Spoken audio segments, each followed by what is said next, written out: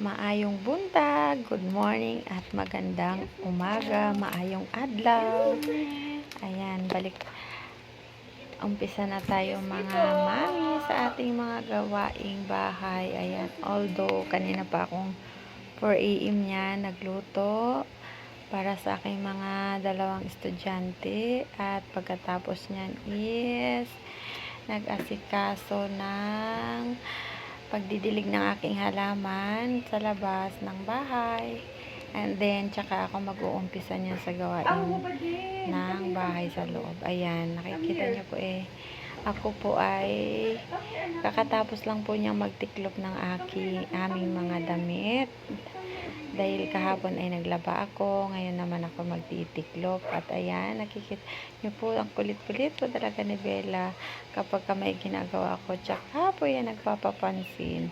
Ayan, pinapatanggal ang kanyang sapatos kasi baliktad pagsuot. Ayan, tiklop muna po tayo habang nagbabantay ng bata. Pagkatapos po natin magtiklop ay sisilid natin sa ating damitan yung ating mga natitiklop, na aking mga natitiklop, hindi pala atin, mga natitiklop ko. Ayan po, sariling sikap kasi wala tayong cameraman at hindi po tayo marunong mag-edit. Paano ba yan nag-edit? Oy, pag-aaralan po natin yan pag mamonetize na po tayo. Ayan, ilalagay ko lang po yung maming mga damit dyan ni Mister habang magbabantay kay Bella. And then ayan, pagkatapos po niyan sus, gulong ako, kita naglubot. Dili dyan na siya magpanti pag nasa loob ng bahay kay pala sige magud na siya ihi mong di siya ganahan magpanti kay samok siguro, samukan siguro siya maghubo-hubo pa inig-ihi. Ayan, magtitik.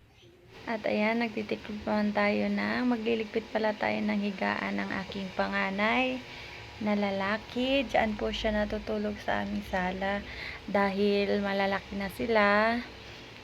Pinagbubukod na po namin. Although siya na mismo ang nagbubukod mismo ng kanyang sarili. Ayun niya na kasama ang kanyang beshi dati. Hindi na sila magkasundo ngayon ng aking pangalawang anak. Pero hindi naman okay naman sila, kaso minsan talaga nagtatalo yung dalawang yun. Ayan, papansin yung aking bunso habang binibidyohan ko yung sarili ko, hindi tuloy ako nakikita. Ayan, and then nagpitligpit na tayong higaan, at although higaan pala yun ni Bella. At saka ayan, ligpit naman tayo sa aming kwarto. Inaayos ko lang po. Pagpasensyahan nyo po ang aking boses. Ako'y trying hard to voice over my videos. Charing. Tatry natin. Wala namang mawawala. Malay natin mapansin tayo ni YouTube at ipamonetize tayo, no? Ayan. Nagditiklop naman na po ako ng aming higaan sa aming kwarto. Ayan. Kunting linis lang kasi mamaya gubot na po na otro. Sa Tagalog pa is magulo ulit yan. Malinis lang yan ng ilang minuto, maya ulit gulo ulit yan. Ayan, inaayos ko po yung kasi may awang po yung doon sa dulo, baka mahulog ang aking Bella pag natutulog, kaya nilalagyan ko po yun ng hotdog. Ayan, titiklo po na po tayo ng aming mga kumot. Hindi wala namin kumot yan, sa pinya ng aking anak, sa bedsheet pala yun ng higaan ng aking anak. Ayan, tsaka po tayo, pagkatapos po nyan is ang dami po pong nakaabang na mga gawain ng bahay.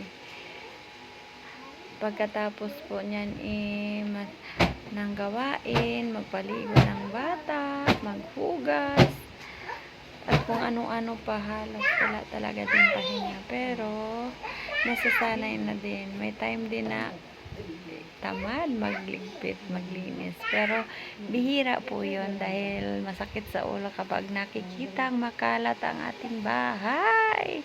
At ayan, si Bella kinukuha na nga ang kanyang favorite toy na si Donald Duck. Ayan po. patuloy. Salamat po pala sa mga manonood. Sana po ay i-subscribe nyo po ako at umabot na po ako na sana po ako ay sana po ay mag-subscribe po kayo sa aking YouTube. Thank you for watching.